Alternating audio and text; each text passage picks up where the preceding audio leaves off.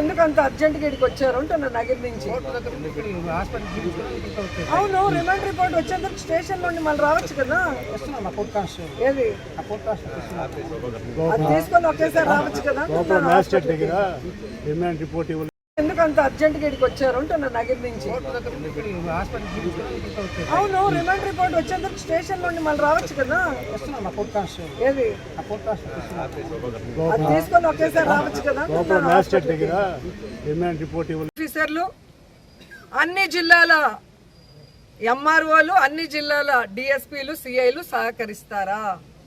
ఎందుకంటే అన్నమయ్య డిస్టిక్ ఉంది, తిరుపతి డిస్టిక్ ఉంది, నగిరి, చిత్తూరు డిస్టిక్, 3 డిస్టిక్ల ఎస్పీల్ని, కలెక్టర్లని, డిఎస్పీల్ని, సిఐల్ని, ఎంఆర్ఓల్ని, మైనింగ్ ఆఫీసర్లని కరెక్ట్ చేసే శక్తి ఒక 2 కౌన్సిలర్లు వైఎస్ఆర్సీపీ కౌన్సిలర్లకి ఉందా నేను ప్రశ్నిస్తున్నా. ఇది డైవర్షన్ పాలిటిక్స్ కాదు. ఈరోజు భానుప్రకాష్ అలాగే గంగాధర్ నెల్లూరు ఎమ్మెల్యే వీళ్ళిద్దరూ కూడా ఈ మాఫియా చేస్తున్నారు అఫీషియల్స్ సహకారంతో. వీళ్ళ అండతోనే ఇది చెన్నైకి వెళ్తుంది, తమిళనాడుకు వెళ్తుందని క్లియర్గా అన్ని పేపర్లలో, ఛానల్లో వస్తే వాళ్ళందరినీ వదిలేసి దాన్ని పోస్ట్ చేసిన పిల్లల్ని కొట్టడం, వాళ్ళ మీద తప్పుడు కేసులు పెడతామని బెదిరించడం, ఏకంగా కౌన్సిలర్లను అయితే కేసులో ఇరికిచ్చి ఇప్పుడు రిమాండ్ రిపోర్ట్ లేకుండా అక్కడి నుంచి దొంగల్లాగా తీసుకొచ్చి ఇక్కడ లోపలికి వెళ్ళిపోతారు. ఏదయ్యా రిమాండ్ రిపోర్ట్ అంటే ఆన్ ద వే అంట. అలాగే మీరు చూస్తే మొన్న బియ్యం మాఫియా నగిరిలో 13,000 టన్నులకు పైగా దొరికింది. జార్ అండ్ జాయ్ అది ఎవరిది? తెలుగుదేశం పార్టీ ముఖ్య అనుచరుడు అమృత్ రాజ్ గారిది. మరి ఆయన జాయ్ అండ్ జార్లో పట్టుకున్న వెహికల్స్ ముందర ఎంఆర్ఓ ఉన్నాడు, డిటి ఉన్నాడు, ఎస్ఐ ఉన్నాడు. వీళ్ళందరూ అక్రమంగా తమిళనాడుకు పేద ప్రజలకు ఇచ్చే బియ్యాన్ని దోచుకొని అమ్ముకుంటున్నారు అని చెప్పి అరెస్ట్ చేయడం జరిగింది. అరెస్ట్ చేసినప్పుడు మరి అతనికి బెయిల్ ఎలా వచ్చింది? పట్టుకున్నావు నువ్వు, పేద ప్రజల బియ్యం పేద ప్రజలకు ఇవ్వకుండా దోచుకుంటుంటే దాంట్లో ఎవరెవరు ఇన్వాల్వ్ అయ్యారో అందరినీ అరెస్ట్ చేయాలి కదా.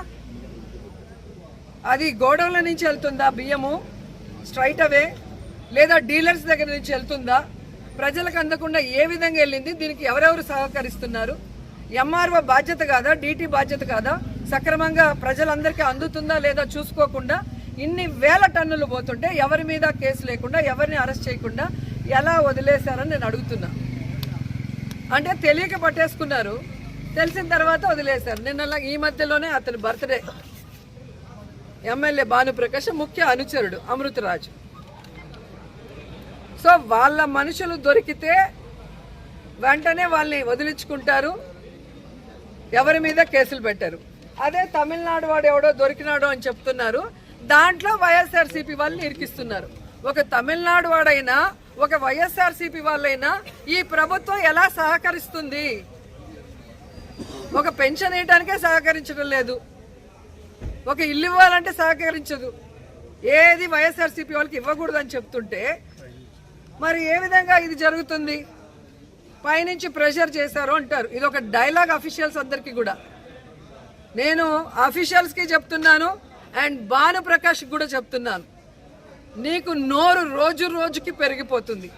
నిన్నలా మొన్న మీరు మాట్లాడిన దాని మీద ఇప్పుడు నేను కేసు ఇవ్వబోతున్నాను, అలాగే డెఫర్మేషన్ సూట్ కూడా వేయబోతున్నాను. ఇన్ని రోజులు నువ్వు కౌన్సిలర్కి ఎక్కువ, ఎమ్మెల్యేకి తక్కువ అని వదిలేశాను, కానీ రోజు రోజుకి నీకు బాగా ఎక్కువైపోయి నువ్వు మాట్లాడే విధానానికి ఫుల్ స్టాప్ పెట్టాలని ఈరోజు మేము ఒక డెసిషన్ తీసుకుంటున్నాం. ఎందుకంటే నిన్ను కన్న తల్లే నిన్ను చీత్కరించుకుంది, నీ తోడబుట్టిన వాళ్ళ, నీ తమ్ముడు కానీ నీ సిస్టర్ కానీ నిన్ను చీత్కరించారంటే నువ్వు ఎంత పెద్ద నీచ్ కమీనో అందరికీ తెలుసు. నువ్వు నా గురించి మాట్లాడేంత అర్హత నీకు ఉందని అడుగుతున్నా.